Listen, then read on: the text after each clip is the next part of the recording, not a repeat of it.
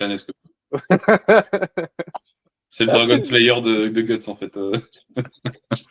C'est un Bankai, en fait, je sais pas. C'est mon Bankai, en fait. Bon, bienvenue à tous dans ce nouvel épisode du Keiritsu Podcast. Aujourd'hui, du coup, on reçoit, mais vraiment le crossover de l'année, on reçoit Maximus, du coup. On va faire un petit épisode, du coup, FAQ. Vu que je Comme t'ai chaque invité semaine, jusque-là. Ouais, mais en fait, voilà, je l'ai invité en 2024, donc il est temps qu'on le fasse pour de vrai. C'est vrai que ça fait longtemps. Du coup, Rapidos, présente-toi un petit peu pour ceux qui te connaissent pas. C'est le moment de faire ta pub un petit peu. Ah, moi, c'est Maximus, @Maximus sur Insta, du coup. Ça va faire, on va dire, 1 an que je suis coach en FA, 2 ans que je suis athlète. Et voilà, je suis un petit nouveau dans tout le monde là. Et puis, merci de m'inviter sur votre podcast. Avec plaisir.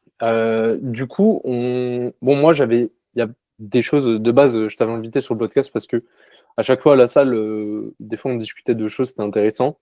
Du coup, il y a deux sujets principalement sur lesquels je voudrais revenir parce que je trouve que c'était des sujets sur lesquels tu avais des visions intéressantes et surtout des trucs qu'on n'entend pas forcément tout le temps. Et ensuite, du coup, on fera juste la FAQ avec les questions qu'on a reçues.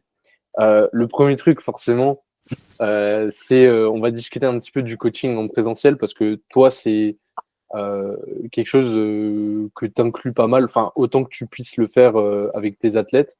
Et justement, même, je crois que tu avais partagé sur Insta une Ouais, publication à ce propos. c'est ça. Est-ce que pour toi, le coaching en présentiel, c'est plus intéressant que le coaching en FA et quels bénéfices, toi, tu y vois particulièrement? Bah, comme je disais dans mon post, pour moi, le coaching en présentiel, c'est surtout, en vrai, c'est un gain de temps. Je sais pas si vous en avez déjà fait du coup, parce qu'il me semble que vous êtes 100% à distance.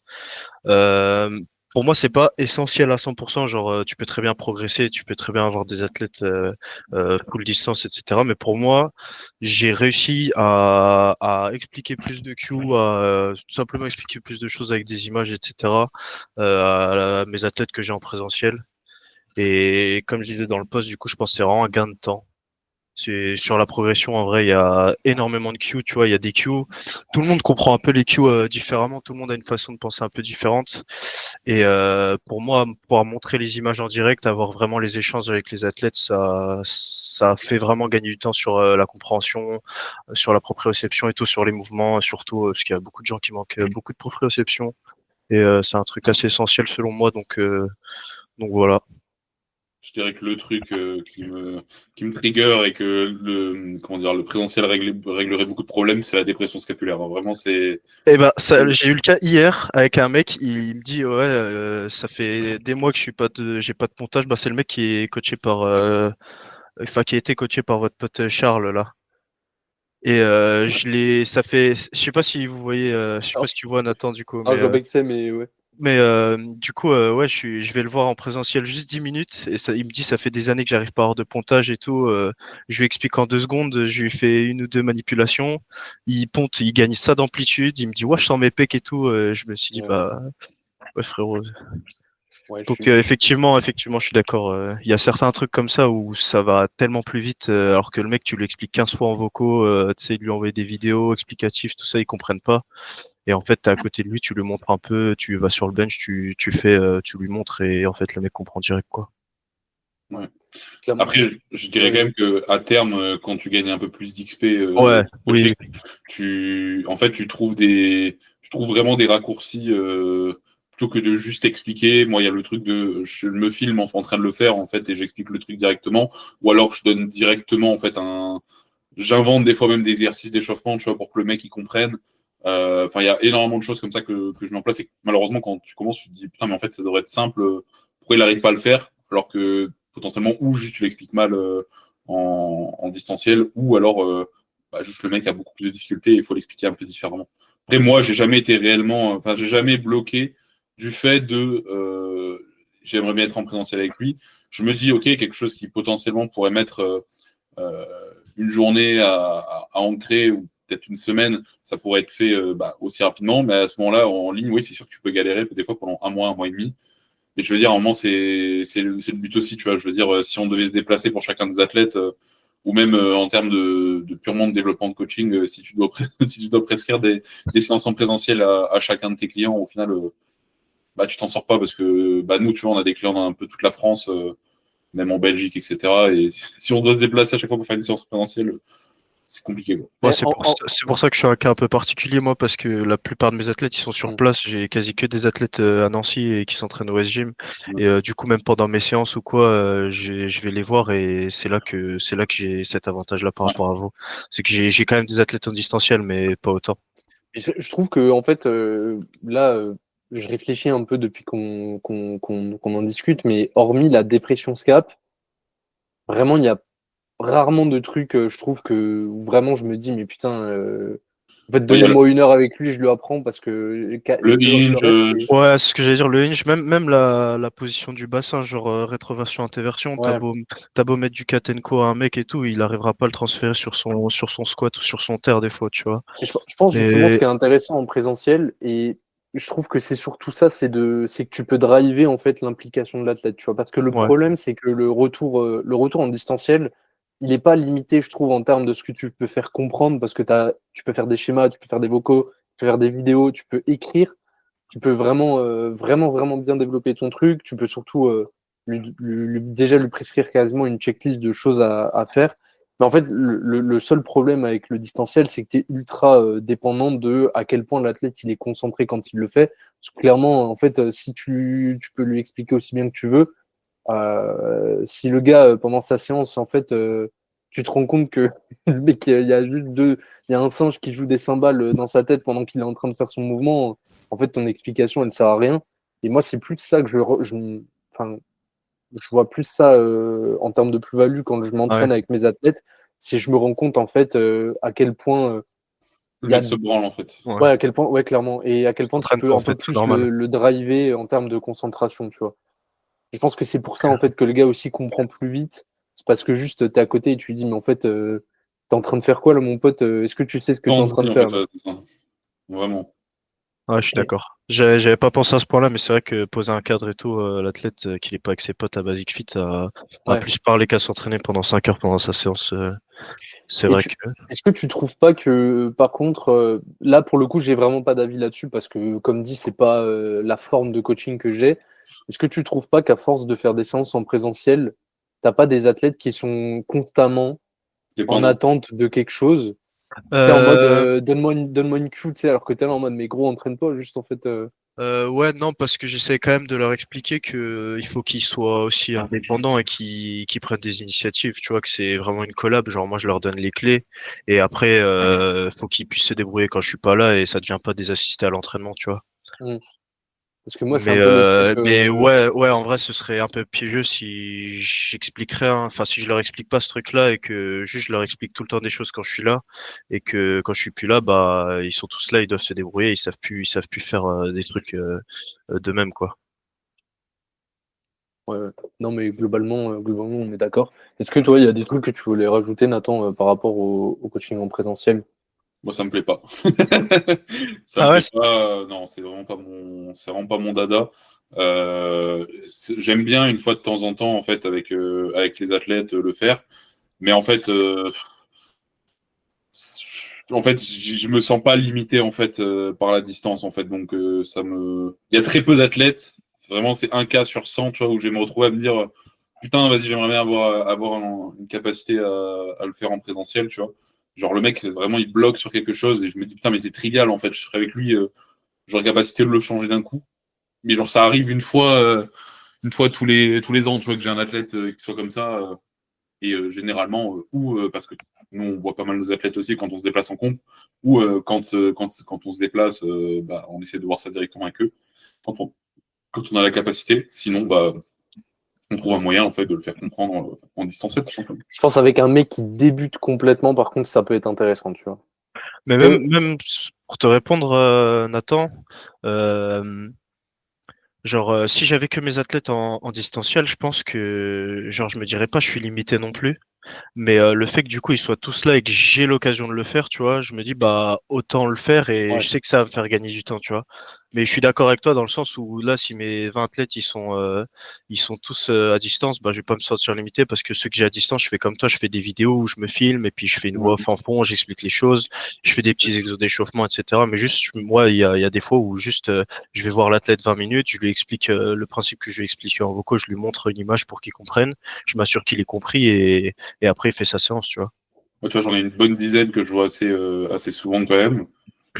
C'est rare que réellement je me dise, OK, pendant la séance, je vais mettre l'accent là-dessus, tu vois. Généralement, je préfère le laisser cogiter, en fait, Ouais, ouais, c'est sûr. de lui-même. Après, ça dépend du niveau d'XP de l'athlète et du nombre de Q entre guillemets que tu as pendant le bloc. Si le gars il apprend totalement à Inch, tu vois, dans le bloc, alors que le mec, l'autre mec, un autre athlète, il a déjà de l'expérience, il a fait plusieurs compétitions, il sait s'entraîner. Techniquement, c'est bien. Bah oui, c'est sûr que là, je vais pas apporter grand-chose. Mm. Moi, je trouve le seul truc, par contre, mais ça, je pense que c'est juste parce que je le fais pas régulièrement, c'est que je me trouve vraiment moins bon en termes d'analyse, tu vois. Genre, quand je vois un mec lift, enfin, tu vois, tu peux pas replay, tu peux pas regarder en boucle la vidéo, tu peux pas. Et pour le coup, moi, Wesh, c'est un l'iPad truc. Kid. Je te jure. Je Pour vois. le coup, moi, c'est un truc, genre, je trouve ça Moi, vraiment non. plus Ah, c'est limité. l'inverse, moi, pour le coup. Ah ouais? Non, moi, Ouais. en fait, genre, Ça me saoule. quand je regarde quelqu'un live, généralement, je me rends compte que j'ai un gros biais. Genre, je vais me concentrer exclusivement sur un truc. Et des fois, je passe complètement à côté d'autres choses. Alors que bah, en vidéo, tu peux regarder. C'est pour ça aussi que toi, tu fais tes retours en passant directement par la vidéo, puis par le retour. Ouais. Mais moi, genre, peu importe, en fait, je regarde en fait l'ensemble. Il y a un truc qui va me trigger et je vais fixer dessus, tu vois.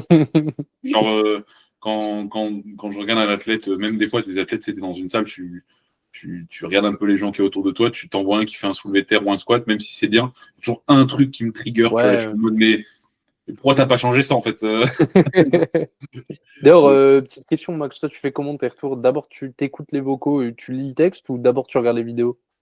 Je lis les vocaux, enfin, j'écoute les vocaux, je lis, je regarde les vidéos, des fois, réécoute les vocaux pour du coup recapter, et puis après, après, si j'ai besoin de regarder plusieurs fois les vidéos, je remets en boucle aussi, mais Donc, c'est moi qui me euh, trompe depuis je fais toujours, en des fait. allers-retours entre eux.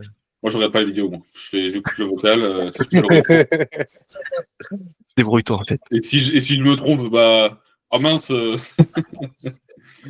Ok, ok. Est-ce que tu voulais rajouter un truc, Max, par rapport à ça? Pas forcément, non. Ok. Moi, Le deuxième truc que je voulais aborder avec toi, ça parce que m'intéresse pas. Ça m'intéresse pas. c'est un truc sur lequel, bah, du coup, on fait pas les choses de la même manière, c'est la gestion du volume et de l'intensité des exos d'assistance Ok. proches en fonction des compétitions. Parce que du coup, si je dis pas de bêtises, toi, t'as tendance justement à manipuler ces variables-là quand tu te rapproches d'une compétition. Du coup, c'est quoi un peu comment un peu tu procèdes par rapport à ça? Euh, Euh, alors déjà le volume, je le touche pas, sauf en taper. En général, je vire le renfort en taper. Bon, jusque là, je pense qu'il y a beaucoup de gens qui fonctionnent comme ça. Je joue surtout beaucoup sur l'intensité, sur le picking. J'ai tendance à faire une intensité des renforts un peu inversement proportionnelle à l'intensité des mouvements de SBD, juste pour essayer d'un peu diminuer la fatigue. Parce que dans tous les cas, le bloc de picking, il va pas servir à ce que le mec il prenne 5 kilos de muscle et c'est plus juste pour garder un peu du renfort en mode santé pour les articulations, la mobilité, etc. Mais le but du picking pour moi, c'est vraiment juste d'accumuler de la fatigue sur le SBD. Il y a pas, c'est l'objectif principal parce que bah, il y a la compétition, tout simplement, il y a l'échéance. Donc voilà, j'ai et tendance à, ouais, dis-moi. concrètement, en termes d'intensité, tu partirais genre à RR 0 et tu descendrais jusqu'à. Je pars à RR 2, un ou Ok. 2, et je descends à RR 4, 5, un truc comme ça. Ça dépend Et de l'athlète aussi. tu mets jamais tes athlètes RR 0 ou on parle précis, juste du picking là ou. Non, on parle juste du picking, sinon ils sont tout le temps RR 0 par contre. Ok, donc à partir du picking, genre déjà tu pars pas RR 0, déjà tu y partes Ah à ouais, RPE. ouais, déjà un Ok, peu comme et ça. ensuite tu décrois genre jusqu'à du coup RR 4-5 quoi. Ouais, c'est ça. Ok. Sur tous les exos du coup?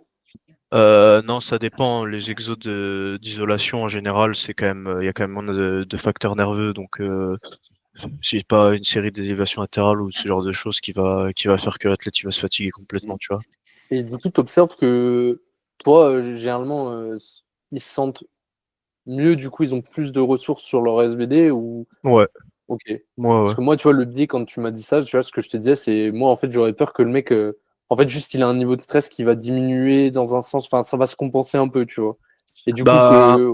Tout dépend après, de l'exercice que t'as ouais, aussi. c'est ça ce que j'allais dire, c'est adaptatif. Genre, bah, moi qui m'auto-coach encore actuellement, tu vois, par exemple, mon RDL qui a un énorme transfert sur mon terre, je le laisse RR proche de zéro, même à 2 semaines de la compétition, tu vois. Ça dépend vraiment de l'athlète et de son niveau sur le renfort aussi. Après, le RDL, moi, j'appelle pas ça. Moi, pour moi, c'est pas du renfort, mais Oui, oui, vous le mettez dans le moi, ça fait partie sur votre intégrante. volume du terrain. J'ai C'est quoi? dit il, pas vous. C'est pour ça qu'il est meilleur que moi, en fait. Exactement. C'est pour ça que j'ai 2 mètres de tour de fesse, en fait. Ok, d'accord. Ok, bah, écoute, intéressant, intéressant. Mais du coup, parce que toi, Nathan, pareil, toi, tu fais pas ça, on est d'accord. Non, je vois pas. En fait, je trouve ça sans intérêt. En fait, dans tous les cas, je préfère garder. Non, mais je comprends Non, vas-y, ce que tu dis vas-y. fait sens. Non, mais c'est pas péjoratif ce que Ouais, j'ai dit, non, mais tu vois. vas-y, Mais insulte-moi, je m'en fous. connard. Non, non, non. Mais en gros, je trouve vraiment pas que ça ait tant d'impact que ça. Tu vois, j'ai déjà essayé de réduire. Euh, Généralement, en tout cas, sur des exercices style exercice poids libre, j'en sais rien. J'ai une presse à cuisse, un développé couché haltère, etc. J'aurais peut-être tendance, selon si j'ai vraiment un gros up de, par exemple, si j'ajoute 10% de série ou 10% d'intensité ou j'en sais rien, potentiellement, je vais le descendre RIR2, tu vois, passer de RIR0 à RIR2. Mais si je sens, par exemple, que l'athlète a déjà pas mal de stress, mais que j'ai quand même envie de garder un peu ce truc de, OK, je descends dans des amplitudes un petit peu plus extrêmes, là, potentiellement, oui. Après, dans l'ensemble, je veux dire, c'est pas un tirage, un curl, une extension triceps, un chest press qui va foncièrement bousiller le mec, étant donné que de base, en fait, je calcule le placement de mes accessoires pour que ça crée le moins de stress sur les séances qui suivent, en fait. Donc, je sais que j'ai un truc qui va taxer. Je sais que même si le mec il s'envoie RIR 0, en fait, il aura récupéré pour sa prochaine séance de squat, tu vois, par exemple. Donc, j'ai pas d'intérêt réel à le changer. Par contre, j'aurais tendance, moi, à cut un petit peu de volume sur le taper. Il y a des exercices que je garde. Généralement, les tirages, je vais cut le volume par 50 à 70%, mais je vais essayer d'en garder un petit peu quand même. Donc, généralement, si j'ai 5-6 séries hebdo, je vais peut-être descendre à 2 séries hebdo dans l'ensemble. Je vais les descendre à 8, enfin en RP8, donc derrière 2. Tout ce qui est exercice polarticulaire pour le bas du corps, je les vire. Je garde une série de leg curl, une série de leg extension si j'en ai dans la semaine. Pareil, je les drop RP8. De toute façon, les intervalles de répétition sur ce mouvement-là sont quand même un peu plus élevés que le reste. Et par contre, les curls, extension triceps, je les vire. Donc, ouais. En fait, je garde les mouvements qui sont purement en termes de santé plus intéressants. Tu vois. Voilà. Legit. Legit, legit. Bon, on va passer à la petite partie FAQ, du coup. Est-ce que tu veux démarrer, Nathan? Tu as des questions? Moi, j'en ai plein sous les yeux, là. Alors,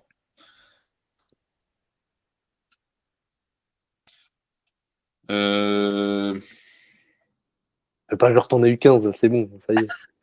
il faut que je fasse défiler là.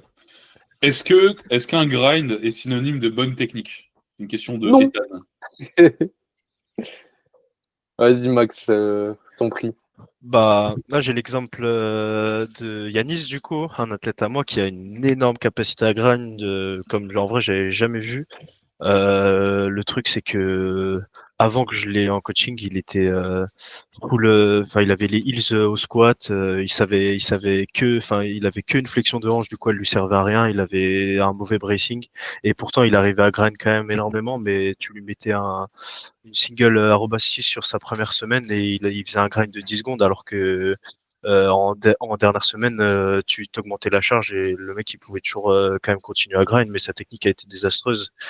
Et au final, on a amélioré sa technique et là, il grind plus dans les premières semaines et du coup, il a beaucoup plus de ressources pour ces dernières semaines et sa progression, elle a vraiment explosé grâce à ça. Donc ouais, je suis pas d'accord. Moi, je nuancerais. Bah, c'était pas une affirmation après. C'était surtout, est-ce que l'un est synonyme de l'autre. Ouais. Moi, je nuancerais un petit peu. Je dirais que si tu as une mauvaise technique, tu seras beaucoup plus enclin à grinder, forcément, parce que même sur des charges un petit peu plus basses, euh, concrètement, tu vas être limité par ta technique. Par contre, tu auras beaucoup plus capacité à grind quand tu arriveras sur des charges maximales ou supramaximales avec une bonne technique. Tu vois. Bien sûr. Oui. En fait, l'un est Oui. l'autre. Tu vois. Oui. Ouais, je pense qu'en fait, c'est ni l'un ni l'autre. En fait, c'est juste que quand tu as une technique à chier, tu vas te retrouver à grind. Bah, en fait, en fait, c'est juste que c'est pas prédictible. Genre, tu peux te retrouver avec une charge qui est censée passer à 6 et en fait, tu te retrouves à grind parce que tu défixes. Tu vois, moi, c'est le Et- problème que j'ai avec Chloé, c'est que sa barre, elle roule tout le temps. Tout le temps, elle roule. Elle est beaucoup trop explosive sur sa phase de poussée au squat, tu vois. Donc, elle se retrouve derrière avec la barre qui roule. Plus, pour compenser la barre qui roule, elle a tendance à aller chercher pas mal d'extensions thoraciques. Et du coup, en fait, elle se retrouve à grind tout le temps, qui est 80, qui est 70, qui est 100 kilos, tu vois, sur la barre au squat, du grind. Après, elle monte, ça monte, tu vois, peu importe. Mais en fait, elle aurait une capacité, si elle arrivait à maintenir ces paramètres-là en place, si elle avait une capacité à le maintenir bien plus importante, bah, elle grinderait moins sur des charges plus basses, tu vois. Et elle pourrait rajouter 5 kilos sur son max aussi, mais ça, c'est autre chose. Moi, je pense qu'il y a beaucoup de gens qui se branlent trop sur le fait de grind, qui sont trop, tu sais, ils en font leur fond de commerce, tu sais, genre je suis un grinder, tu sais. Le Donc en king fait, of c'est juste grind. c'est juste que c'est juste que t'as une technique à chier, tu vois, genre, c'est juste que tu grindes sur des charges où tu devrais jamais avoir à le faire. Et, Euh, Question, est-ce que Pana, du coup, elle aurait une mauvaise technique ou pas? non, mais justement, mais tu vois, non, Je vais pas me prononcer, voilà. non, mais en vrai, la différence, c'est que lui, justement, il est tellement efficient techniquement que il grind. En fait, tu le vois jamais grind avec 130 au bench, en fait. Il grind quand il met 180, tu vois. Mais, Ça dépend juste de ta capacité à grind de base aussi, tu vois. et en plus de ça, enfin, son grind, il est beaucoup moins stressant au final, tu vois. Genre, vraiment purement, euh, pour moi, quand tu es efficient techniquement, genre structurellement, tu te fatigues beaucoup moins aussi, même si tu grindes, en fait. Sauf si tu fais 4 SBD par semaine à 10. Ouais, non, mais forcément, mais tu vois, genre, c'est aussi la raison pour Qui ça, déjà? laquelle, Qui fait ça? la raison pour Personne, laquelle, personne. tu vois, on voit des mecs genre Pana, Corentin Clément, Guillaume Parisio et tout, qui s'envoient des grosses intensités très, très régulièrement. C'est aussi parce que les mecs, techniquement, ils sont quand même beaucoup plus efficients. Et genre, techniquement, c'est la même chose du lundi au mardi et sur tout le bloc, tu vois. Et quand t'as des gars, les mecs sont pas capables de faire un 5x5 avec la même technique du début à la fin de la série et qui te disent genre ouais, c'est pas possible de s'entraîner très souvent à très haute intensité. Et c'est aussi parce que juste on n'a pas la capacité pour l'instant, tu vois. Mais en fait, plus tu deviens efficient techniquement, plus tu peux augmenter le rendement aussi de tes séries, tu vois. Ouais, je suis d'accord. Donc non, pour moi, faut distinguer est-ce que tu grindes parce que tu as complètement défixé ou est-ce que tu grindes juste parce que entre C'est guillemets, lourd. c'est lourd. Tu vois. Et je pense C'est un consensus, en fait. tout à fait. Je pense que en vrai, ce qui est important, c'est surtout de chercher à faire en sorte que tes grinds, entre guillemets, ils ressemblent de plus en plus à quelque chose. À ce moment-là, tu t'assures un peu de progresser. Ok. Bon, bah, prochaine question, si on est tous d'accord. Et Non. du coup, ça va faire écho à ce que tu disais, Max. Quel est ton avis sur les 4, 5, 6, 7 SBD par semaine?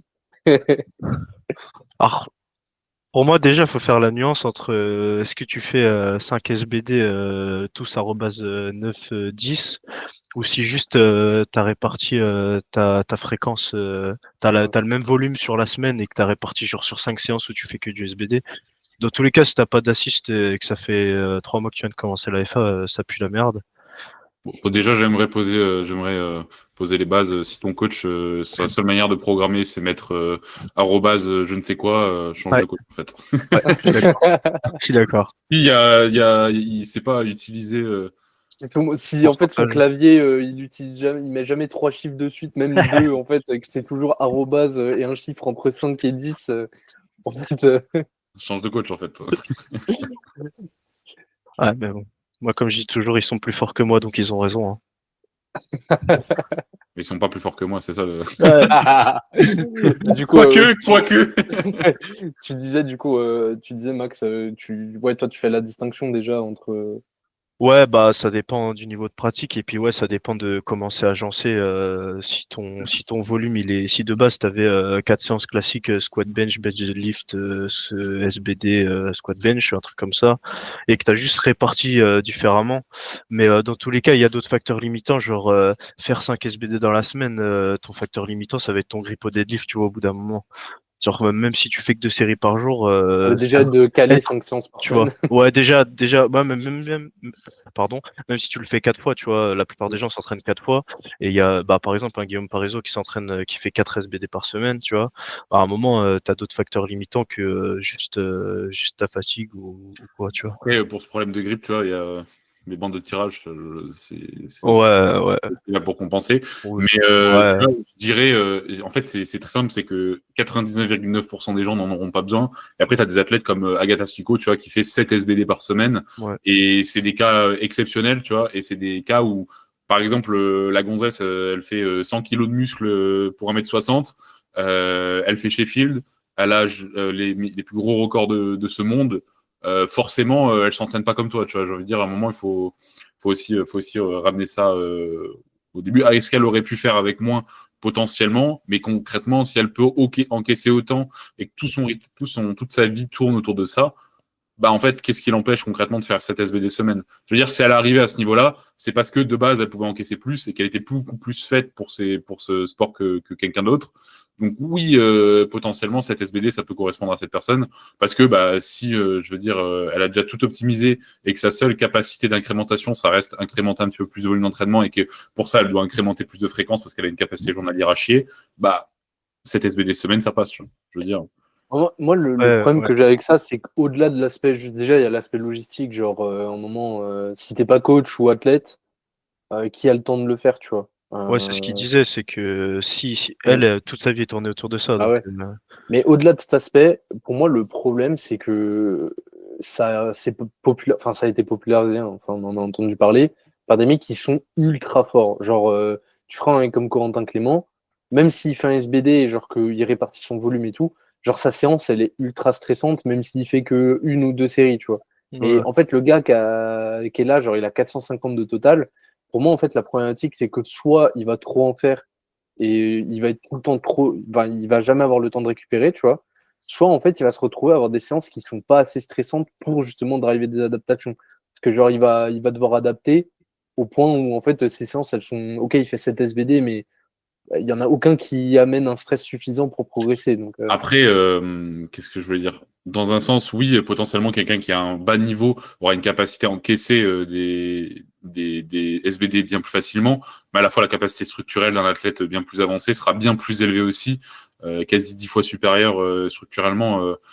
Corentin Clément, son tendon, t'accroches 300 kilos dessus, il va tenir, tu vois. Ça m'étonnerait qu'à 50 kilos, le tendon d'un débutant, 50 kilos squat, il tienne, tu vois. Donc, en termes de capacité structurelle, je dirais que potentiellement, et puis même en termes d'adaptation pure d'intensité, tu vois, entre adapter l'intensité quand tu as 375 au terre ouais. et adapter l'intensité quand tu as 120 kg au terre, la question de, je veux dire, il va mettre 250 kilos, ce sera physiologiquement et structurellement pesant, tu vois, mais à la fois, ça sera pas trop intense pour créer des contraintes, tu vois. Ouais, non, mais je suis d'accord, mais je Ouais. pense que vraiment pour le coup, c'est se rajouter énormément de contraintes en plus parce que je trouve que faut manipuler beaucoup plus.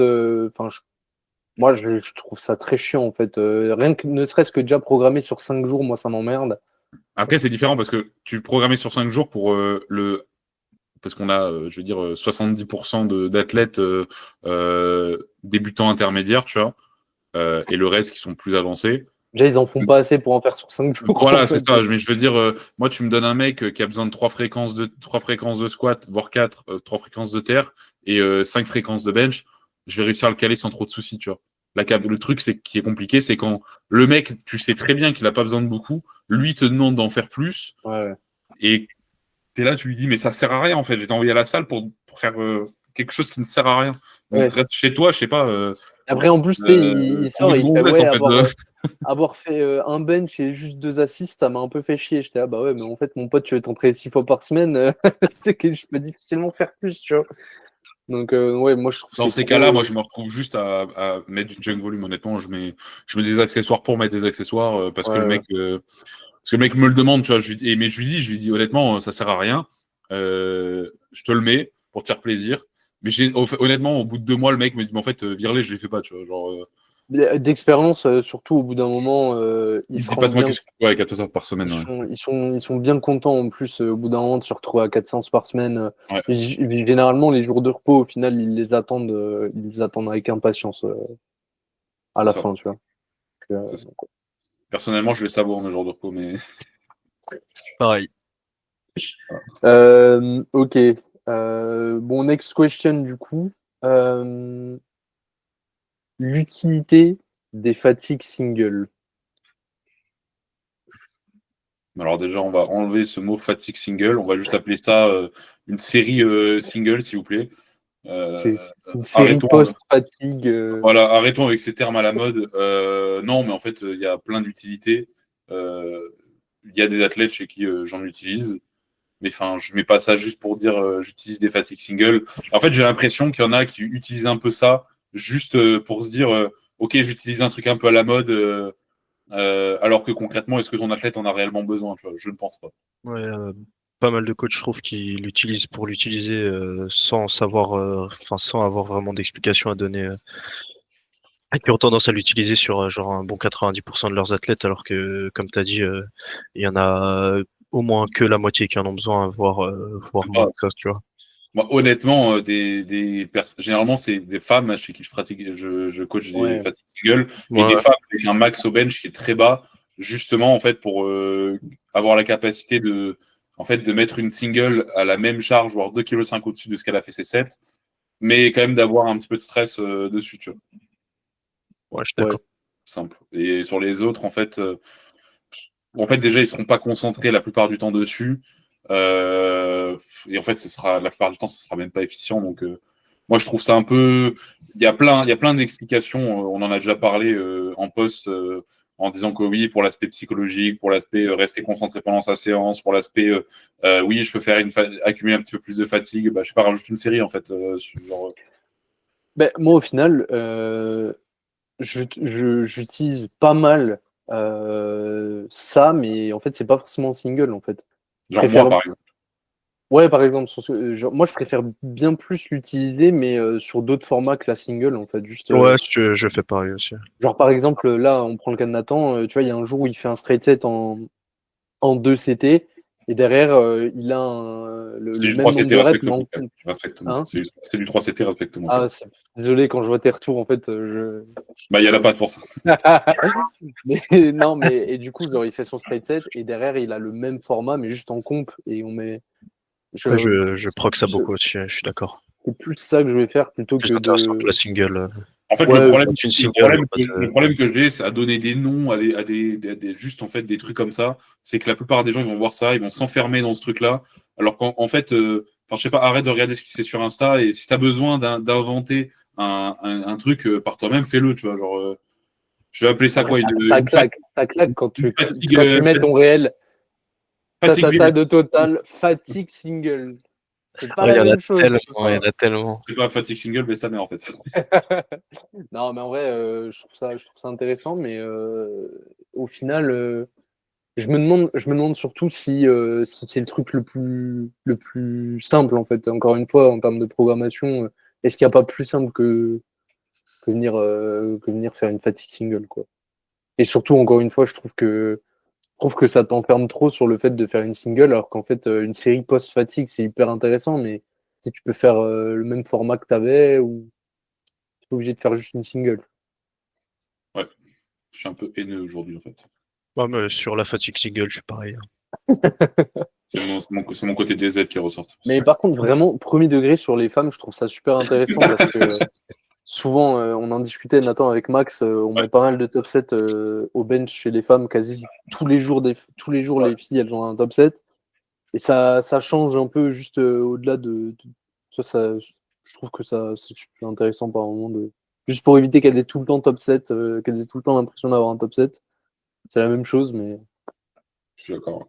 Je suis d'accord aussi. Mais en fait, la plupart du temps, je trouve que le top 7 se retrouve à avoir bien moins d'utilité parce que si tu fais une séance qui est productive, tu arrives à la fin de tes straight sets, tu es déjà à moitié bousillé. En fait, t'envoies une single, il y a de fortes chances pour que ce soit même pas qualitatif. Tu vois. Après, moi, je trouve ça intéressant chez des athlètes, pour jauger, tu vois, des athlètes qui sont pas très stables techniquement, pour jauger le progrès là-dessus, tu vois. Moi, je mettrais juste une single avant, peut-être si genre c'est nécessaire. Tu vois. Ouais, mais Ouais. tu vois, quelqu'un qui sous fatigue se dégrade énormément. Bah, en fait, sur le top 7, il sera frais, donc ça va pas être catastrophique, tu vois. Ouais. Donc, moi, Ouais, mais après, je me dis, en fait, le truc, c'est que si le mec est moins bon techniquement, en fait, tu vas le voir à la fin de ses. oui, à la fin d'un straight set, tu le vois dans tous les cas. C'est sûr que si tu as des x7, je veux dire, ça va être compliqué de voir à la fin si est-ce que sur une single, il va autant se dégrader, et malgré le fait qu'il y ait moins de facteurs limitants. Mais en fait, à ce moment-là, tu regardes ce qui se passe sur un jour primaire, si le mec a 2, 3, 4, 5 reps, en fait, tu vas vite t'en rendre compte que le mec est efficient ou pas. Tu Ah non, mais encore une fois, c'est pas le truc le plus. C'est pas le premier truc auquel je pense perso, tu vois, mais juste vois. c'est Ouais, intéressant des fois juste pour changer, quoi, pour mettre un truc un peu différent. tout à fait. Et juste guys light et avoir l'impression que, tu vois, même il a un truc différent dans sa prog, alors que la prog est complètement, complètement identique. Alors, moi, j'ai une question de Arthur Power. Comment rendre plus vertical son sumo? PS, maximise son thème. Voilà. Donc, comment rendre plus vertical son sumo? Bah, ne le rend pas plus Oh, mais vertical. grave, en Comment fait, ça, j'allais dire, pourquoi tu veux le rendre pourquoi le plus rendre plus vertical? En fait, je sais pas. En fait, Je sais pas, en fait, fais une extension de hanche, en fait, je sais C'est ça. pas. je sais pas. Creuse un peu ta socket de hanche et tu vas y arriver. Tu vois. Bah, c'est surtout que lui, dans son cas, pour le coup, il a surtout des problèmes de placement au niveau du bassin.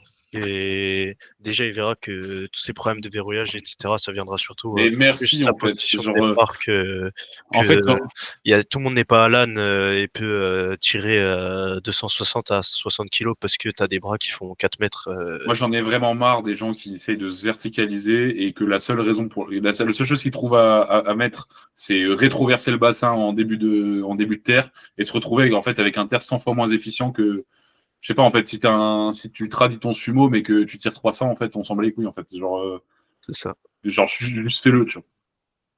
Faut arrêter de penser en fait, faut arrêter avec les techniques d'école. C'est comme essayer de verticaliser son squat, verticaliser son terre, ou essayer d'avoir absolument un pontage ultra important. Bah non, t'as pas de pontage, bah, je veux dire, Alors, T'es ça pas, dépend. t'es pas sur le mec, Ouais. contente-toi-en, tu vois, genre. Alors, ça dépend si t'as pas de pontage parce que t'as pas de rétraction scapulaire ou parce que juste t'as zéro mobilité, quoi. Ouais, mais dans tous les cas, en fait, la plupart des gens, ils oublient que, en fait, ton pontage va s'améliorer au fur et à mesure du temps. Tu vois, moi, tu regardes Oui, mon pontage il y a 10 ans, c'était pas le même que maintenant. Tu vois, j'ai perdu 30 cm d'amplitude depuis, tu vois. Bon, parce que j'ai pris 30 cm de bide aussi, mais ça, c'est autre chose. Ouais, non, je suis assez d'accord. La question, elle Donc, nécessite pas réponse, énormément. laisse ton sumo comme il l'est, essaie de Ouais. fixer ton bassin pour qu'il soit neutre et avoir un bracing efficient et que toutes tes articulations soient en tension avant de tirer ta barre et en fait, ça s'arrête là, quoi. Déjà, en fait, si t'es pas maigre, va avoir un sumo vertical sans être en PDC négatif, en fait. Ouais, Là, C'est vrai. ça va être compliqué. en effet. En effet, il y a de fortes chances pour que plus tu sois sur un PDC élevé, en fait, même si tu avais capacité d'avoir un sumo très vertical, en fait, tes cuisses, elles te gêneraient tellement que ce serait pas intéressant. Je suis d'accord. Pareil. Euh... Question intéressante. Est-ce que les powers sont-ils vraiment investis? Du coup, j'ai demandé, j'ai un peu discuté en DM avec la personne pour C'est qui? qu'elle précise un peu la question. Je ne C'est connais pas, qui? c'est un mec de Vitonami. En gros, la question c'est est-ce que les powers sont vraiment investis au Non. final dans les trucs qui comptent ou est-ce qu'ils sont juste ultra investis émotionnellement, mais Ouais, finalement. je Honnêtement, pense que c'est dans le bon sens en général. les powers, c'est des grosses chips, à mon sens. Je pense que ça ferait du bien aux powers de faire je vais me faire rafale quand je vais dire ça, mais de faire un vrai sport moins une fois dans leur vie, en fait. euh, Genre de faire un sport style sport-co ou un sport qui demande vraiment une composition physique correcte, pour se rendre compte qu'en fait, si tu avais une composition physique correcte, ou en tout cas que tu mettais beaucoup plus d'accent sur tes facteurs externes, en fait, tu progresserais mais tellement plus vite. Donc non, en fait, et moi je me rends compte avec mes athlètes, c'est que même si tu le dis, tu le répètes, tu essayes même avec eux des fois de trouver des solutions, et en fait, tu trouves la solution, 3 mois plus tard, tu lui dis bon, est-ce que ça s'améliorait? Ah bah non, je l'ai fait une semaine, ça s'est arrêté, tu vois. Voilà. Donc et ça, c'est chez 90% des athlètes, t'en as qui font les trucs en fait, généralement, si le mec est sérieux, t'as même pas besoin de lui dire, en fait, il le fait déjà correctement, tu vois. Ouais. Je prends l'exemple J'ai de l'impression, Donovan. j'ai l'impression qu'en fait, les power, c'est un peu tout ou rien, quoi. Mm. C'est soit les mecs font tout, mais tout, les gars sont ultra investis, soit en fait, ils ont l'impression d'être giga investis juste parce que ils ont 2 heures de temps d'écran de power chaque jour et qu'ils pensent tout le temps à leur prochaine séance. Et au final, tous les gros basiques, genre avoir une diète correcte, euh, ne pas être un gros sédentaire et dormir correctement, en fait, c'est pas carré, tu vois. Moi, un truc qui m'énerve, et de toute façon, je vais sortir un post demain là-dessus, c'est faut vraiment se rendre compte que le sport, c'est dur, en fait. Genre, il faut arrêter de se dire putain, ouais, mais c'est dur de tenir une diète, ouais, c'est dur de faire ça, ouais, mais c'est dur de faire ça. Bon, en fait, à un moment, je veux dire, le sport, c'est pas censé être facile, tu vois. Genre, c'est un procès d'adaptation physiologique. Pour que ton corps il évolue, bah, il faut qu'il soit sous stress suffisant. Donc, à un moment, le sport, c'est dur. T'as un objectif, donne-toi les moyens.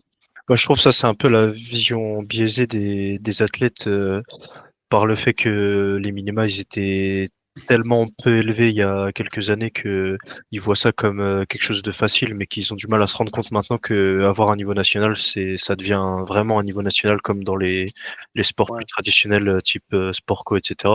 Et qu'ils se rendent compte que bah suffit plus de juste aller à l'entraînement.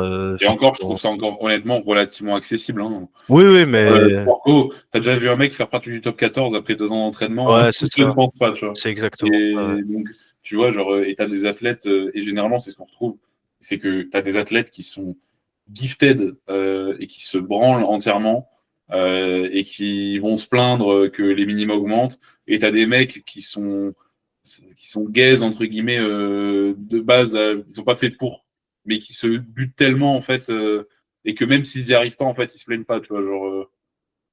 C'est ça qui est vraiment dommage, parce que je me suis dit, putain, mais en fait, si le mec était gifted, il avait l'implication du mec, en fait, qui n'est pas fait pour ça, il progresserait, mais genre 10 fois plus. Tu vois.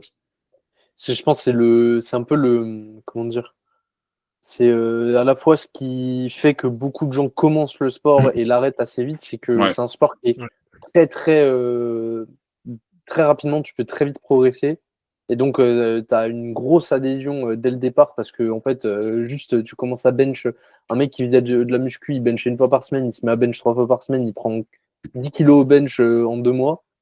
Mais par contre, en fait, à partir du moment où ça devient un peu dur, aka n'importe quel sport, en fait, là, Aka, tu prends que plus de 50, que plus 30 à 50 sur ton total sur l'année. oh putain, trop chiant, vraiment. Oh, Et putain, là, relou. et là, ça fait vraiment un gros tri. Et moi, c'est le running gag, il me fait trop rire, mais c'est quand Roman il met des stories avec fait tout bien, tu sais. Moi, ça me bute de rire parce que c'est l'archétype classique du gars qui a l'impression de tout bien faire. En fait, si tu fais vraiment l'état mais des lieux, les mecs ne s'en rendent même pas compte en ouais, plus. ouais, les mecs ont zéro sur. En fait, ils se rendent pas compte que. Et vraiment, je pense que ça, c'est terrible. C'est vraiment le manque de passé sportif de beaucoup de power. En fait, ils ont l'impression que, tu sais, ils sont investis comme des zinzins, tu sais, mais ils font même pas le Auto, BABA. tu comptes juste tes cales, tu marches un petit peu dans la journée et tu vas 1 heure à la salle. Ouais, mais même ça, en fait, c'est un Enfin, BABA que beaucoup trop d'athlètes n'ont pas, tu vois. Bah, la vision des powers qui mangent McDo après les séances et qui font Ouais. tous 120 kilos, elle n'existe pas pour rien, quoi. Et, pardon, t'as un problème contre le mec qui pèse 120 kilos? Non, mais tu sais, 120 kilos pour 1m70, t'inquiète. Toi, t'es beau, t'es beau. Merci. c'était Margot Powerlift qui avait pris une giga sauce parce qu'elle avait une story en mode ouais, c'est pas parce qu'au bout de 2 ans, t'as un bon niveau C'est réel en fait, c'est tellement réel en que plus. t'es forcément un athlète. Genre, elle a pris une énorme sauce. Il y a plein de stories où les mecs reprenaient un peu ça. Enfin, c'était un peu visé contre elle et ils disaient, mais qu'elle ferme sa gueule, tu vois, alors qu'en fait, elle a complètement raison, tu vois. En fait, c'est pas parce que tu as un bon niveau dans un sport qui est ultra émergent où les niveaux sont encore accessibles, même si ça tend à l'être de moins en moins, que pour autant, tu es un athlète, tu vois. Enfin, tu ni le mode de vie, ni l'investissement. Tu es juste un peu gifted et voilà, tu vois, dans un sport De en toute façon, plus. on le verra bien dans 10 ans, quand pour se qualifier en 74, il faudra avoir 850 de total. Ouais, voilà. Très, très vrai. Et les mecs vont se dire, ah, mais en fait, plus personne se posera la question, en fait. Et bizarre, il y aura bien moins d'athlètes aussi. Tu vois. En fait, tu étais en PDC négatif il y a un an, tu es toujours en PDC négatif. En fait, apparemment, tu fais les choses bien. Pourquoi tu Moi, prends pas de muscle, en fait? Moi, j'en ai qui des fois se plaignent de pas progresser autant que ce qu'ils aimeraient, mais je suis en mode, mais en fait, tu fais 1m80 ou 1m70, tu fais 60 kilos, t'es un homme, euh, tu devrais peser au moins 10 kilos, 15 kilos de plus, tu vois. Tu Donc, devrais peser 100 kilos, en fait. pour moi, chaque homme devrait peser 100 kilos, en fait. Tu Non, peux mais en pas fait, 100 kilos, est-ce que tu es un vraiment, homme? c'est premier degré. Les mecs au bench qui progressent pas, c'est la phrase que je dis le plus souvent. C'est en fait, Ils mais sont si plus musclés. tu prenais 10 kilos, mec, mais tu te rends même pas compte de Mais la. mais en fait, ça c'est pareil. En fait, j'ai trop de postes de prévu. En fait, trop de postes pour choquer là. Et Comment j'ai pris 100 kilos au bench en 7 ans, bah, je suis devenu musclé. Voilà, ça s'arrête là. ça, dans mon livre, c'est un peu. Bon, je vais pas donner la faute à seulement un certain nombre de personnes, mais c'est un peu la vision à cause de toute l'équipe, entre guillemets, Silent Worker, etc., qui ont démocratisé le truc de faire justement que des SBD et de s'entraîner en mode si t'as raté ta compétition, c'est que tu t'étais pas assez entraîné en SBD, tu vois, et que il faut faire plus de séries, plus d'intensité et jamais de renfort. Et Pas forcément entièrement contre cette vision-là. Je suis full d'accord avec alors, il toi. faut prendre des nuances, il n'y a pas que, tu À vois, c'est pas mon les seuls avis, responsables, mais. en fait, le problème, c'est que il y a beaucoup trop tendance à essayer de rush les trucs, tu vois. Genre, Ouais, je c'est veux ça. dire, prendre 20 kilos au terre, c'est bien plus facile que de prendre 2,5 kg au bench, tu vois. Et d'autant plus si ton niveau de base est très bas. Moi, j'ai des athlètes, des fois, qui me disent, ouais, mais j'ai 60 kilos au bench, je vois des mecs qui commencent, ils sont à 100. Je sais, mais prendre 100 kilos, 2,5 kg sur ton bench quand tu as 100 kilos, même si le mec est débutant et que toi, tu l'es aussi, toi, tu prends 2,5 kg. Je veux dire, si t'es pas gifted pour faire de la force et que t'es t'es sous-nutri, que tu t'entraînes, enfin, il y a plein de trucs qui vont pas. Je veux dire, prendre 2,5 kg pour toi, même si t'as que 60 kg au bench, ça va être une galère, tu vois. Et il y en a des fois qui se rendent pas compte que des fois, rien que prendre 10 kilos, instant, tu peux prendre 100 kilos sur le total, tu vois. Juste parce Vraiment. qu'en fait, mais vraiment, tu vois, moi j'ai des athlètes, je dis, mais en fait, tu progresses très bien, mais en fait, si tu prenais ne serait-ce que 10 kilos sur le total, hormis l'aspect purement levier, ton corps, bizarre, en fait, il va se retrouver avec plein d'énergie, il va se dire, ok, bah, vas-y, il faut que je construise, tu vois, genre. La dernière fois, j'avais repartagé un post de Smart Power, là, leur diète, elle a fait un post sur le déficit énergétique chronique, en fait. Genre la majorité, mais vraiment, mais tellement, la majorité des power, et, en fait, juste ne mangent pas assez, tu vois. Et c'est Pas une assez ou pas les catastrophe, tu bonnes vois. choses aussi. Ouais, la majorité, alors t'as les mecs, c'est juste parce que généralement, ils comptent pas, donc ils ont pas d'idée, tu vois. Et les filles, les filles, c'est souvent le pire parce qu'elles sont vraiment en déficit chronique, mais en plus, c'est elles c'est elles qui le créent elles-mêmes, tu vois. Genre, ça, c'est encore pire. Et elles sont dans le moins je mangerai, mieux ce sera, alors que généralement, ça marche pas trop comme ça. Et Ouais. ça, je trouve que c'est probablement Après, au-delà de. les TCA sont bien plus présentes chez les femmes aussi que chez les Ouais, hommes, mais mais je crois vraiment que c'est le pire problème, je pense, pour la majorité des athlètes, c'est le manque de cale. Mais je sais pas, pourtant, mange en fait. ça c'est un truc, je trouve ça un peu con dans le sens où quand tu regardes à haut niveau, à très haut niveau, je parle niveau vraiment international, niveau Europe, monde, Sheffield, etc. Tu regardes les athlètes, tout le monde regarde les athlètes sur Instagram et tout, c'est tous des monstres physiquement, tu vois, chez les mecs et chez les meufs. Alors pourquoi, je comprends pas pourquoi la plupart des athlètes débutants ou intermédiaires, ils ont pas ce schéma de pensée de se dire bah faut que je fasse comme lui pour être fort, tu vois. Mais ben, pas forcément, mais c'est genre juste en fait, regarde ton physique, regarde le sien. Ouais, voilà, c'est ça. Est-ce que tu te penses réellement éligible si tu ressembles pas à ça en fait, tu vois? C'est Après, ça. pour le coup, ça nécessite. En fait, une fois de plus, ça nécessite de l'investissement. Je veux dire, Mais encore le problème, c'est même pas, je dirais que c'est même pas ça le fond du problème. Le fond du problème, c'est que ces personnes imaginent toujours qu'en 1-2 ans, en fait, ils arriveront à ce volume physique-là. Ouais. Je veux dire, tu regardes ces personnes, c'est des mecs qui, ça fait 15 ans, ils s'entraînent, tu vois. Ouais. 15 ans. Tu regardes. Sous cure et tout en plus. Hein 15 ans sous cure et tout, donc. Bah, mec, ça c'est vrai. Je veux dire. Non, mais ça, on n'en parlera pas. Moi, je suis pas, j'y connais rien, tu vois. Mais Ouais, allez. merde, putain, merde, je suis dopé, merde. Non, mais enfin, je veux dire, c'est là où ça fait le tri, malheureusement. C'est que, en fait, Je sais pas, juste en fait, au lieu de faire de la FA à 2 ans, fais-en 10 ans et tu verras que tu seras plus fort que. Ouais. En fait, tu auras 800 de total, en fait. C'est pas bien compliqué. Tout. ouais. Merde, ça Je- fait 10 ans. J'ai toujours pas 800 de total, mec. Je suis vraiment une merde, en fait. Bientôt, ouais, c'est pour cette année. C'est pour cette année. Ouais, donc juste, je pense qu'il y a des grosses bases à reprendre, tu vois. Et Ouais. après, ça aussi, ça dépend vachement du coach, tu vois. Est-ce que, en fait, si le coach se contente de faire prog plus retour, c'est bien, mais souvent, en fait, il y a vachement à creuser aussi du côté des facteurs externes, tu vois. Après, moi, généralement, les athlètes me le disent. Et généralement, quand en fait, j'entends une phrase, c'est oh, je suis fatigué, alors que le mec, en semaine 2, tu vois, je suis en mode. Je pose des questions, tu vois, je creuse. C'est sûr. Semaine 2 du bloc d'intro, t'es fatigué. Il y a un problème là. Ou, tu sais, 300 steps par jour.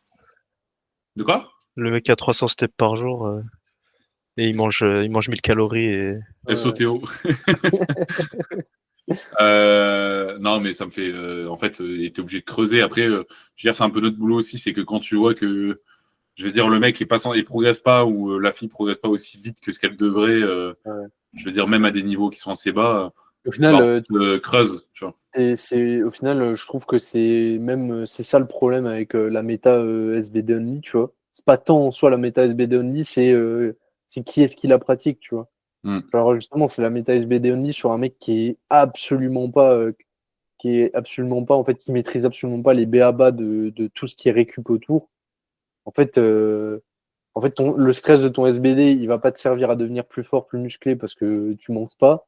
Et en plus de ça, à côté de ça, tu bouges pas, tu dors pas, donc tu as juste du stress dont tu récupères pas. Donc en fait, c'est la boucle catastrophique. Alors que je pense qu'en réalité, tu prends un mec qui a une bonne diète, qui bouge assez, qui dort bien, il va pas non plus finir en chaise roulante au bout d'un an parce qu'il fait que du SBD, tu vois. Mais le problème, c'est que la majorité des gens ne maîtrisent pas, tu vois.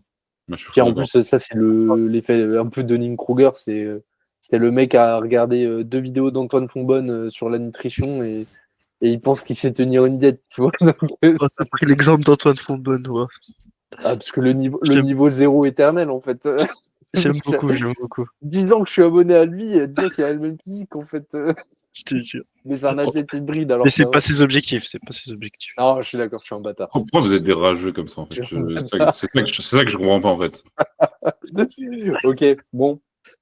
Tac. Ah, intéressant. Quel est l'intérêt pour un coach d'être coaché? Très bon post de Roman Malo à ce sujet là qui est sorti. Oh, on va croire que on va croire qu'il me Un donne... bandeur, en fait. Ouais, je suis un bandeur de Roman Malo. C'est crazy, en fait. Ouais. C'est quoi Quel intérêt d'être coaché avoir un recul extérieur. Ouais, c'est ça. En fait, quand tu as 40 athlètes, j'ai pas envie de réfléchir à un prog. Donc, Qui, même t'as beau avoir toutes les connaissances du monde, un coach un minimum compétent, il aura toujours plus de recul sur toi-même que toi, genre, tout simplement. Est-ce que pour vous, c'est un red flag, genre un coach qui a jamais été coaché? Oui. Genre, vous pourriez prendre un coach qui a jamais été coaché? Bah, moi, je suis dans ce cas-là, perso. Ouais, mais... Moi, en fait, non, mais... En fait, tu m'as mis une balle, là. De quoi? Non, parce que... non, en fait, c'est même pas toi que je disais même pas toi. Parler de Max? Non, mais même pas, mais juste parce qu'on en a déjà discuté, tu vois. Mais... Pour moi, c'est pas que je pourrais pas être coaché par lui, parce que si le mec est compétent, ok, mais en fait, pour moi, il te manque un truc, tu vois. Tu peux pas te mettre à la place de l'athlète si ça n'a pas été, tu vois. Ça s'arrête là. Ouais, je suis d'accord. Ouais. Je suis d'accord alors que je suis dans la team des gens qui n'ont jamais été coachés. Mais je suis une merde. Oui. Mais c'est pour ça que t'es là, c'est parce qu'on a un podcast avec que des merdes, tu vois. C'est ça. Non, mais tranquille. C'est une grosse bouse, en fait. Non, mais ouais, pour moi, c'est vraiment cet aspect de... Bah, après, moi, c'est le problème que j'ai. C'est que déjà, moi, je me vois pas trop coacher un truc déjà Ne serait-ce que coacher une pratique que j'ai jamais faite, je m'en sens pas trop, je me sens pas trop chaud. Et juste coacher alors que j'ai jamais eu de coach, je sais pas, je comprends pas trop l'intérêt. Je trouve que il te manque un truc en fait, tu manques. Moi, pour moi, c'est le coach qui va te dire ouais, non, mais en fait, je vois pas l'intérêt que je sois coaché alors que tu dis à tes athlètes ok, mais en fait, il faudrait que je sois coaché, il faudrait que tu sois coaché. Tu vois. En fait, Ouais, c'est aussi le truc de, est-ce que, enfin, en fait, normalement, tu crois en ta parole, tu prêches pour ta paroisse, tu vois. c'est C'est-à-dire ça. Hein. que si tu crois au coaching, pourquoi t'as pas coaché, tu vois. Après, en soi, par contre, je pense que ça peut être intéressant d'avoir de l'expérience en auto-coaching, par contre. Ouais. Moi, Ça, personnellement, je ne peux pas m'auto-coacher. ouais, Si mais je oui, m'auto-coach, mais je m'arrache un pec, en fait. ouais, mais tu vois, toi, tu as l'expérience d'avoir fait un peu de ton côté aussi, tu vois. Oui, oui, oui. Moi, tu vois, c'est un truc, genre, ça me tenterait bien un jour de juste me dire, je le fais tout seul juste pour voir. Je pense aussi, ça te débloque des cheminements de pensée que t'as pas forcément, vu que tu es tout le temps en train de laisser quelqu'un d'autre gérer. Ouais, mais à la fois, c'est pas pareil que passer de j'ai eu un seul coach et je m'auto-coach à ok, bah, je peux juste changer de cheminement de pensée en me faisant coacher par quelqu'un qui a un cheminement de Oui. pensée différent aussi, tout simplement. Du coup, vous en pensez quoi des Pana, etc., qui ont jamais été coachés et qui sont Enfin, là, à un et tout, niveau. ils ont été coachés par RTS, non? Ah ouais? Il me semble, hein? Corentin a été coaché par RTS, ça c'est Ouais, mais sûr. Pana aussi, hein. Ah ouais, je Là, il a sais été ça, je sais. coaché je crois qu'il a été coaché par Joey Flex. Ah ouais, ok, Ah je ouais? sais pas. Je dis peut-être de la merde, hein, mais Non, non, Ah mais ouais. par Joey Flex ou par RTS, je sais plus, par Mike Schreier. ok. Bah, Mais RTS, ouais. c'est possible, mais. Il me semble que c'était RTS, hein, mais Ah, mais dans tous les peut-être cas, que- ce que je voulais dire, c'est qu'ils sont en auto-coaching depuis des années là, tu vois. Oui, oui, oui. En même temps, Bah, pour recopier-coller un microcycle,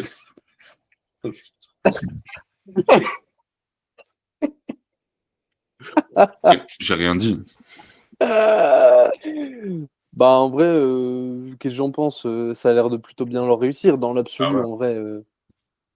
en vrai, ils ont pas l'air d'être En effet, mauvais dans ce qu'ils font, tu vois. Tu vois, donc, en effet. pourquoi dans ce cas-là, si ça marche pour eux, ça marche pas pour moi, tu vois ce que je veux dire?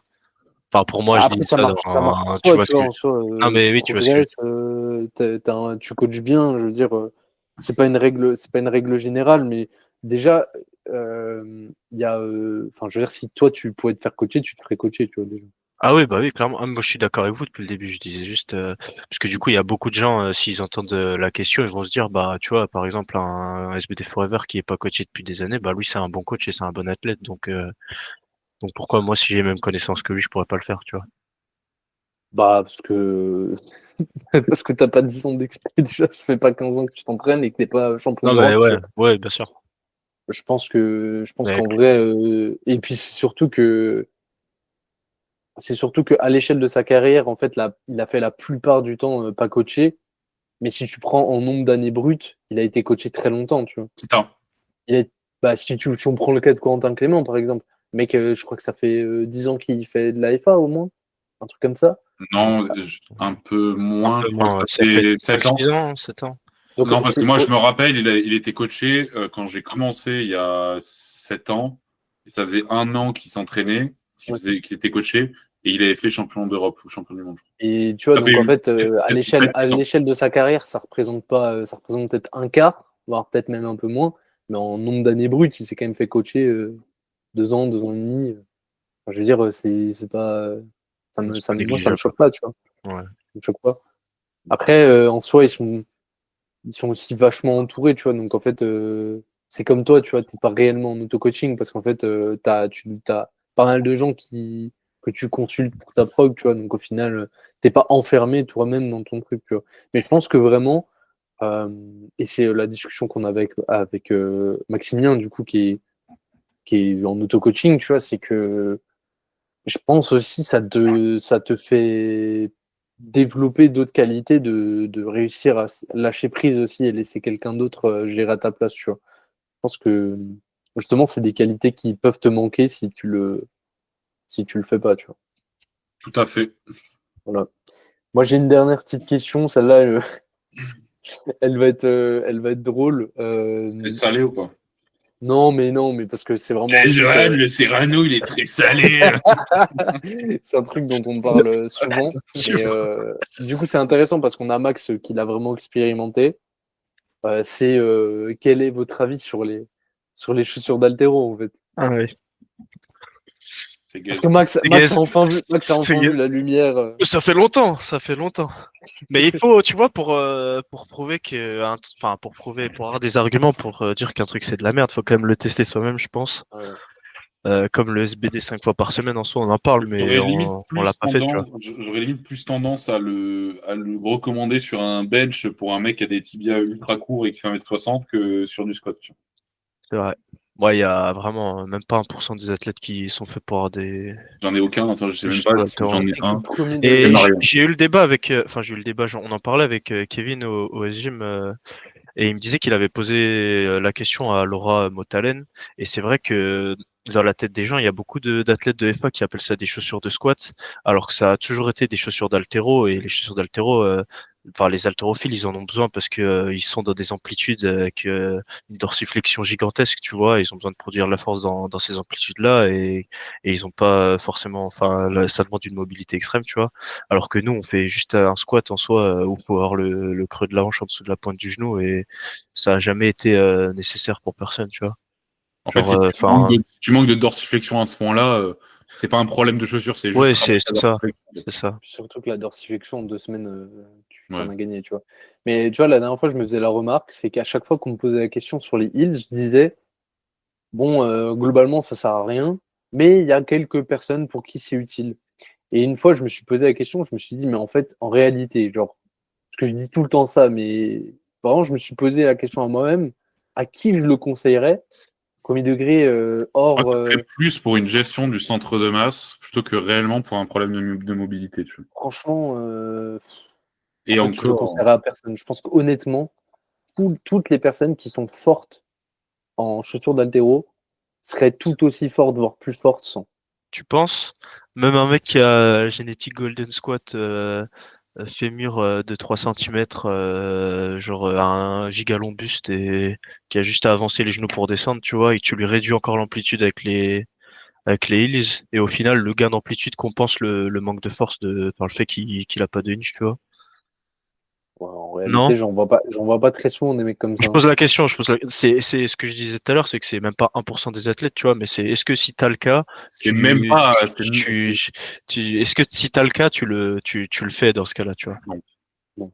Ok. Moi S'il non a plus. accès à des chaussures d'haltéro et que je lui dis vas-y teste, pourquoi pas, ça peut se Ouais, faire. ouais, faut faire des tests, de toute façon, En faut plus, il y a essayer, ce mais. truc, c'est ce truc aussi qui est vachement limitant, c'est que en plus, t'es là, genre, tu vas En dire à fait, ton athlète, achète des chaussures d'haltéro pour tester. Au bout de 2 semaines, tu vas lui dire, bon, c'est pas concluant, débrouille-toi, maintenant, t'as tes Romaléos, t'as payé 200 balles. ouais, Tu dois débrouille-toi revendre maintenant. 100, ouais. Bon bah coach, j'arrête le coaching. Ah, je pense qu'il y a vraiment une dimension, il y a une dimension qui est giga affective aussi avec ça, hein. Tu sais, t'en as, premier Ils degré, tu pensent, leur. en fait, t'en as, ils pensent qu'ils n'arriveront pas à descendre sans. Moi, je suis en mais en fait, est-ce que t'as essayé au moins, tu vois, genre. Premier degré, il y en a, ils sont là en mode, tu leur dis ça, t'as l'impression que tu leur demandes de sacrifier un de leurs parents pour prendre 5 kilos sur leur squat, hein. Ils sont là en mode, je préfère je préfère te donner n'importe quoi au monde que d'enlever mes chaussures d'haltéro. Et tu sais, je prenais le cas de la dernière fois, on a fait une analyse technique là sur une fille, Erin, donc c'était son Ouais. deadlift. Et en fait, je lui ai dit, ouais, je lui ai dit, bah viens, le temps que l'analyse technique elle sort, on fait un visio. Moi, j'ai eu ses chaussures d'haltéro, je lui ai dit, bah en fait, squat 100, ma belle, elle avait 120 au squat il y a 3 semaines, elle a doublé 125 hier, tu vois. Mm. Et enfin, c'est vraiment au premier degré, c'est le seul truc que je lui ai dit, c'est ton squat il est très bien, mais quand tu seras à plat, bah en fait, tu pourras exprimer de la force et ça ira tout seul, quoi. Tout à fait. Et vraiment, Résumé, ça pue la merde. ouais, je pense, ouais, globalement, ouais. Ouais, je suis d'accord. Bon, est-ce que tu as encore une question, Nathan? Non. Ok, parfait. Moi, j'ai fait le tour des miennes. Est-ce que tu as une remarque de fin, Max, ou est-ce que toi, il y a un truc que tu voulais aborder? Pas Avoir, forcément. Remarque de fin, c'est aller au S-Gym. ouais, vraiment. C'est la meilleure salle de France. Tout ce que j'ai à dire. Oh, le suceur. C'est ce qu'elle va dire en plus. Elle va dire en plus. Non, bah, je voulais encore vous remercier de m'avoir invité. C'est la première fois qu'on m'invite sur un podcast et ça fait plaisir en vrai. Avec Et, plaisir, comme moi vous êtes aussi. de coachs que j'aime bien, c'est un réel plaisir. Merci. De toute manière, on mettra toutes tes infos en description. Comme ça, les gens pourront te retrouver. En plus, pour le coup, vraiment, je trouve rarement que les comptes Insta sont intéressants à suivre, mais le tien, je le trouve cool. Donc, n'hésitez pas à aller le follow. Suceur. Ah, gars. Je fais le cul, je te fais le cul. Big Eating is crazy, en fait. Bon, du coup, pour terminer ce podcast, je vous invite à aller contacter directement Maximus si vous êtes intéressé par un coaching de qualité ou pour un coaching encore plus qualitatif. à nous envoyer un message direct. Allez, Chikiretsu, allez, Chikiretsu. Directement Meilleur. sur Instagram, je suis un chien, ou sur notre site internet. Si vous avez des questions, vous voulez un premier appel entièrement gratuit sur discuter un petit peu de vos problématiques, encore une fois, contactez-nous. On propose des consultations gratuites d'une petite heure, histoire de vous débloquer, enfin progresser en fait. Sinon, code Kiritsu sur NutriPure, ça ne change pas. Et puis voilà quoi. Parfait.